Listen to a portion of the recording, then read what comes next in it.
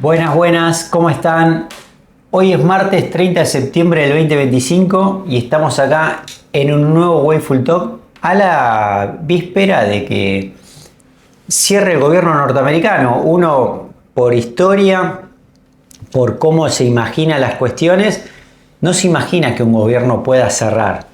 Ahora, parece ser que los gobiernos de un día para otro te pueden bajar la persiana y dejarte, digamos, sin atender. Para eso le vamos a preguntar a Martín cómo lo está viendo. Bueno, primero que nada le vamos a dar la bienvenida. Bienvenido, Martín. ¿Qué tal, Ofi? ¿Cómo estás viendo esto? ¿Puede cerrar un gobierno? ¿Cómo funciona esto?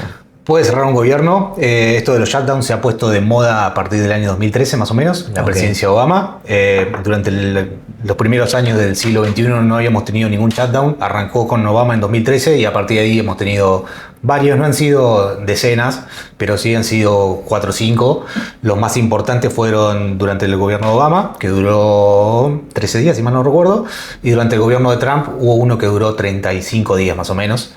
Mucho más importante, y consiste en lo siguiente: todo lo que no sea gasto, todo lo que es gasto fijo, el gasto que no se puede por cuestiones sociales, que no se puede cortar, por ejemplo Social Security, que son las jubilaciones, todo lo que es gasto de Medicare, todo eso no se toca. Lo esencial no se toca. Lo esencial, pero esencial es completamente esencial.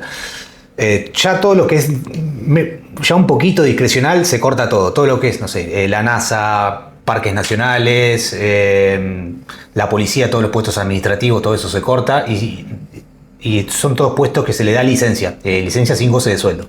No, es tremendo. Nosotros sabemos, obviamente, que los Wayful Talk lo ven personas que son nuestros clientes, o sea, las personas que no son nuestros clientes son buenas personas, y nuestros clientes que lo único que le importa saber es si Powell va a poder contar con los datos que necesita para tomar las decisiones. ¿Qué pasa? El viernes ustedes saben, tenemos Jobs Report, tenemos el Non-Farm Payrolls, que es el dato súper que estamos todos esperando, lo está esperando Powell. Powell en este momento está pensando, y digo, si hay shutdown, ¿no tenemos datos de empleo?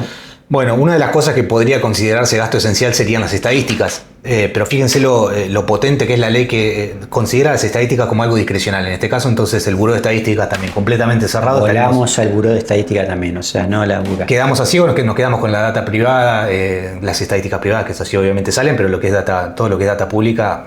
O sea, cerrado. Powell no va a tener con qué trabajar ahora. No, si está buscando datos de empleo, que mire otra cosa, porque no va a tener. No vamos a tener. Bueno, así como está el gobierno de Estados Unidos, también tenemos unos líos fenomenales en energía. ¿Por qué? Y porque el fin de semana vimos que teníamos de alguna manera por delante aumento en la producción de barriles de petróleo, cuestiones que no estaban sobre la mesa y que obviamente una semana que veníamos del petróleo más o menos ganando 5% a la semana, pasamos a unos recortes. Entonces, lo que queremos saber es un poco cómo estás viendo esta cuestión, sobre todo porque tenemos noticias de último momento. Sí, el maravilloso mundo del petróleo crudo y todas sus complejidades. El petróleo crudo es un mercado particularmente complejo. Es muy común cuando uno está siguiendo las noticias y ve el precio del petróleo, que por ahí el precio del petróleo no sigue la noticia que uno está viendo. Lo que sucede es que el petróleo es afectado por 10.000 variables distintas y probablemente simplemente estás poniendo el ojo mal. En este caso sí es súper importante. La OPEC, que es el cártel de petróleo del Medio Oriente, viene ya con un plan de volver al mercado, volver a recuperar market share, participación de mercado que le ha quitado Estados Unidos con el shale ya hace varios años, y está volviendo al mercado con 2.2 millones de barriles de petróleo por día, y estamos viendo a qué ritmo esos barriles vuelven. Hasta hace un par de días se decía que iban a subir de 137.000 barriles. Ayer salió una noticia que iban a subir de 500.000 barriles y hoy salió una desmentida del OPEC diciendo que esto de los 500.000 barriles es mentira. Reciente, sí, si grabamos el Wayful Talk a las 11 de la mañana teníamos los 500.000 sobre la mesa. Sí. Hace un ratito ya no los tenemos más. Sale el secretario de la OPEC y dijo: esto es totalmente mentira. La OPEC suele hacer esto cuando se instala un rumor muy fuerte en el mercado que no tiene asidero. La OPEC sale a desmentirlo. No es común tampoco. No es común, pero pasa generalmente cuando es algo que implica específicamente la reunión de la OPEC. Tenemos una reunión el domingo y lo que decía la noticia es que se había filtrado esto de los 500.000 y la OPEC dijo: no se filtró nada, esto que están diciendo es directamente mentira. Imagínense que los precios del petróleo, ¿no? Mientras tanto, no, como sí. Una cosa loca.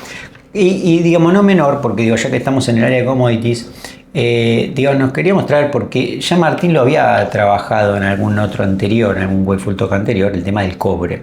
¿Por qué? Porque tenemos recientes noticias de que acaba de volar la segunda mina más importante del mundo. Volvió la segunda mina más grande del mundo en Australia. Es muy importante. Ya el mercado de cobre ya es muy finito. Ya con que te sobre un poquito, los precios se te hunden mucho. Y si te falta un poquito, los precios se disparan. Es un mercado muy, pero muy sensible. Ya se venía viendo, lo venía viendo ya mucha gente, que íbamos a tener un déficit estructural muy, pero muy importante durante décadas, ya a partir del año 2026, 2027, y ahí ves cómo se empiezan a abrir los gráficos de oferta y de demanda. Está pasando algo muy particular con el cobre. Por lo general en los commodities, cuando tenés los precios muy altos, esto es una señal para los productores toman esa señal de precios y se ponen a sacar más commodities, esto hace que los precios bajen. Eso funciona sí y solo si vos cada vez que metés más dinero abajo de la tierra sacás más cobre. El problema que estamos teniendo ahora es que parece ser que hemos sacado todo el cobre. Si bien sigue habiendo descubrimiento de cobre cada tanto, ya sabemos dónde está más o menos todo el cobre del mundo y lo hemos extraído casi todo. El que queda por quitar debajo de la tierra parece ser muy pero muy caro de extraer y necesitaríamos un salto importante en el nivel de precio para que sea económicamente viable extraerlo.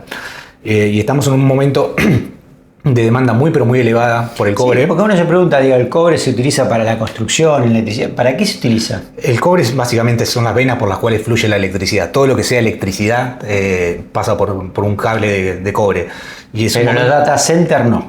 Los data centers también de hecho son lo que más consumen cobre en este momento.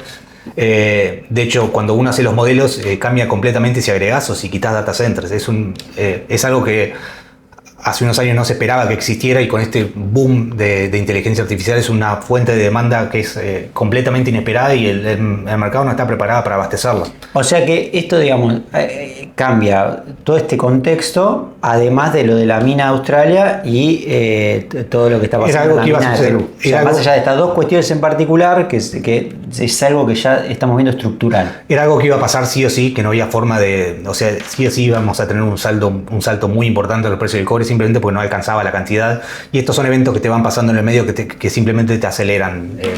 No cambia nada en el largo plazo, pero sí te aceleran mucho los eventos. Te trae hacia adelante mucho de estos déficits que íbamos a ver en un par de años. Tal vez ya los veamos ahora muy rápidamente. Tenemos el tema de la energía, obviamente, además que ahí la guerra de Ucrania. Además, sí, perdón, tenemos de vuelta el mercado del petróleo es súper causal, multicausal, muy multicausal. En este caso tenemos primero que nada los saudíes y la OPEC intentando recuperar market share, porque ellos estiman con cierto nivel de lógica que Estados Unidos se va a quedar sin petróleo dentro de su territorio. Las proyecciones son clarísimas, y Arabia Saudita se está preparando, está acelerando primero que nada la muerte del shale, porque la OPEC, cuando empieza a volcar tantos barriles de petróleo al mercado, el precio del crudo te cae, y en Estados Unidos es caro de extraer el petróleo. Entonces ya te quedas que por ahí el precio del petróleo está 60 y a vos te cuesta extraerlo 55, y ya estás muy finito. Si cae por debajo de 55 empezás a perder dinero, y ahí es cuando los productores dicen esto ya no vale la pena, levantamos, y ahí es cuando Arabia Saudita se quedaría con todo ese mercado. Eso por un lado. Después tenés los conflictos bélicos. El conflicto bélico que te empuja los precios hacia otro lado. Ucrania atacando mucha refinería en territorio ruso, algo que ya le permitió el presidente Trump. Esto es algo muy complicado, y además también presión bajista, otro foco de presión bajista que por ahí no se le ha prestado tanta atención. Van a volver al mercado 200.000 barriles de Kurdistán. El Kurdistán es una zona que está entre Turquía, Irak, Irán y Siria. Que no es un país. No es un país, pero es un estado, se lo considera una región autónoma. Los tipos tienen total autonomía. Los 4 países que son dueños del territorio han decidido no joder con estas personas. Son personas muy complicadas. Si bien tienen un grupo extremista muy chiquito que pide por la independencia, por lo general son muy pacíficos y no hacen problema a nadie. Y saben poner el pecho a la bala cuando hay un conflicto, ¿no? Tienen el ejército, los famosos, el ejército de Kurdistán se llaman los peshmergas. Es un ejército de ultraelite muy acostumbrado a luchar, y fueron los que pusieron el cuerpo contra ISIS. Cuando se habla que se derrotó a ISIS, ni más ni menos. Quienes derrotaron a ISIS fueron los kurdos. No, ni más ni menos. Así que, digamos, un poco el panorama de lo que estamos viendo es estas razones que ponemos sobre la mesa en cuanto al cobre. Todas las cuestiones del petróleo, multicausal, problemas intrínsecos y extrínsecos. Pero después también, digamos, por otro lado, lo que nos queda no menor es ver cuánto impacta todos estos datos que estamos viendo dentro de la macro interna de Estados Unidos de la semana pasada, en donde tuvimos una revisión del GDP, recuerden, es como el Producto Bruto Interno Argentino, que se revisó al alza. Tenemos por el otro lado que la inflación en Estados Unidos sigue aumentando. Entre todos estos conflictos tenemos un potencial suba o no de tasas para octubre. Sí, lo que estimo yo es que la Reserva Federal va a volver a bajar las tasas de interés en 25 puntos básicos, porque lo que va a hacer es intentar cumplir el 50% de su mandato, que es el mercado de empleo. La revisión de esa en 800.000 puestos de trabajo menos fue la que vimos la última vez. Es un dato demasiado pesado como para ser ignorado, por más que la inflación esté de arriba. Me parece que la Fed le va a dar mucha más pelota al tema del empleo y va a volver a bajar las tasas 25 en octubre y tal vez otros 25 en diciembre. Yo creo que hasta acá tratamos los temas principales de esta semana, ¿no? Digo, por un lado, el shutdown, un tema interesante porque implicaría, digamos, un impacto en la economía norteamericana, dependiendo obviamente del plazo. Por el otro lado, no menor, lo que está pasando con la energía, que de alguna manera también es un jugador importante. El cobre, me parece como para seguir en la semana, si efectivamente este viernes tenemos, sí o no, non-farm payrolls. Mañana tenemos el ADP, que es un informe de empleo más de tinte privado, en donde, digamos, también se cuenta el empleo no formal, pero el viernes tenemos el reporte importante. Lo tendremos si el shutdown lo permite, ¿verdad? En ese caso, tema para seguir. Hoy particularmente, 30 de septiembre, no menor, recordar que es un día importante porque termina el tercer quarter, es un día también de rebalanceo, así que quizás el mercado tenga sus razones más técnicas que fundamentales si hoy muestra algún número rojo, pero en general lo que estamos viendo son estos temas como principales. ¿Qué le deseamos? Y le deseamos lo mejor para esta semana y lo mejor para este mes de octubre que empieza. Así que los esperamos acá en el próximo, les mandamos un enorme abrazo y lo mejor para las ruedas que quedan.